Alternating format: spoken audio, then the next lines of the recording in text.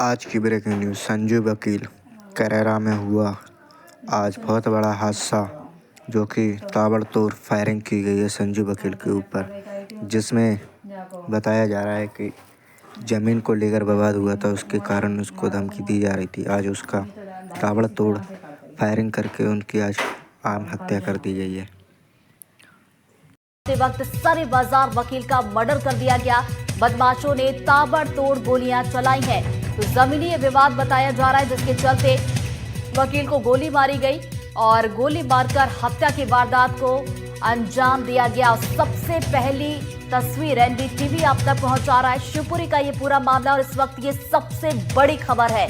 Court जाते वक्त वकील का मर्डर कर दिया गया, और बता दें कि बदमाशों ने ताबड़तोड़ गोलियां चलाई वकील पर। और वजह की अगर बात की जाए तो बताया जा रहा है कि जमीनी विवाद था, जिसके चलते हत्या की इस वारदात को अंजाम दिया गया है।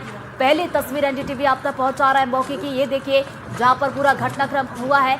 जानकारी के बाद पुलिस मौके पर पहुंची और वकील के शव को बरामद कर लिया गया है, और बदमाशों की तलाश अब की जा रही है। ज्यादा जानकारी के लिए सहयोगी अतुल गौड़ का रुख करेंगे, हमारे साथ फोन लाइन पर जुड़ गए। अतुल, कब ये पूरा घटनाक्रम हुआ और अभी तक की जानकारी की बात की जाए तो पुलिस क्या कुछ बता रही है?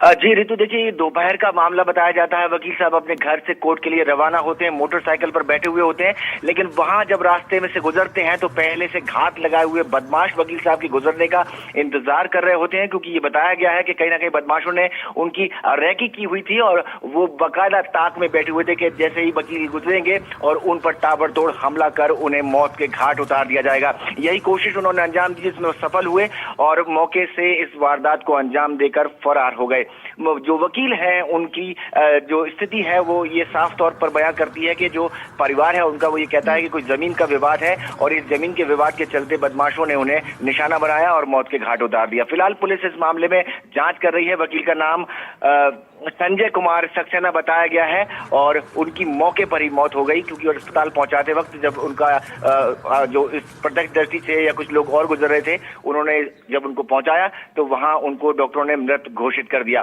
फिलहाल इस मामले में अब जब पुलिस मौके पर पहुंची और पुलिस मौके पर पहुंचने के बाद में तफ्तीश में जुटी हुई है, तो ये बताया जा रहा है कि CCTV camera, phone call details और फोन लोकेशन के आधार पर इस इलाके से सारी सर्चिंग की जा रही है। और पुलिस का कहना है कि फिलहाल वो कुछ कहने की स्थिति में नहीं है, लेकिन जल्द ही आरोपियों को गिरफ्तार कर लेगी। जी रितु। अतुल, जैसा कि परिवार वालों ने जिक्र किया है कि जमीनी विवाद जिसके चलते इस हत्या की वारदात को अंजाम दिया गया है, तो क्या परिवार वालों की तरफ से ये भी जानकारी साझा की गई है कि किसी पर उन्हें शक है? बिल्कुल बिल्कुल रितु, पुलिस के संपर्क में आए जो परिवारजन हैं उन्होंने साफ तौर पर कुछ लोगों के ऊपर शक जाहिर किया है और पुलिस को सारी इन्वेस्टिगेशन में मदद करते हुए सारी जानकारी मुहैया कराई है। लेकिन पुलिस किसी भी स्थिति में इस मामले को लेकर के कोई भी नाम डिस्क्लोज करने की स्थिति में नहीं है। पुलिस का कहना है कि जो शक है उसके आधार पर पहले हम पूरी जांच पड़ताल करेंगे और उसके आधार पर जो भी कुछ सामने आएगा उस पर वैधानिक और सख्त कानूनी कार्रवाई अंजाम दी जाएगी। लेकिन कहीं ना कहीं इस वारदात ने दहशत का माहौल क्रिएट कर दिया और एक वकील जो कोर्ट जा रहा था अपनी ड्रेस में था और उस पर इस तरह से प्राणघातक हमला हुआ है, तो कहीं ना कहीं एक लॉ एंड ऑर्डर को बड़ी चुनौती है, जिसे पुलिस बड़े गंभीरता के साथ ले रही है। जी अतुल जी, जो तस्वीरें मैं देख पा रही हूँ, जितना मैं समझ पा रही हूँ, सुनसान सा ये इलाका नजर आ रहा है। क्या इस बारे में कुछ पता चल पाया, ये कैसा क्या इलाका है? और वकील की अगर बात की जाए तो अकेले थे या उनके साथ कोई और भी था? जी देखिए, जो साफ तौर पर बताया गया है ये बताया गया है कि जो किले के आसपास का क्षेत्र है वहां से जो गुजरने वाला रास्ता है, जो वकील का घर उसी क्षेत्र में पड़ता है और उसी क्षेत्र से वो रोजाना अपने घर से निकल करके कोर्ट पहुंचते थे।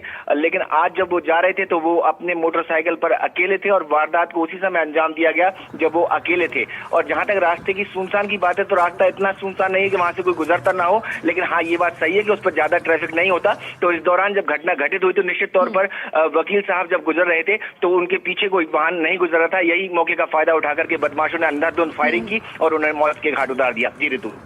तो जांच इस पूरे मामले में की जा रही, नजरें आप भी बनाए रखिएगा, जब क्योंकि जैसे जैसे जांच आगे बढ़ेगी वैसे वैसे इसमें और भी जानकारियां सामने निकल कर आएंगी। फिलहाल बहुत बहुत शुक्रिया अतुल आपका तमाम जानकारी के लिए।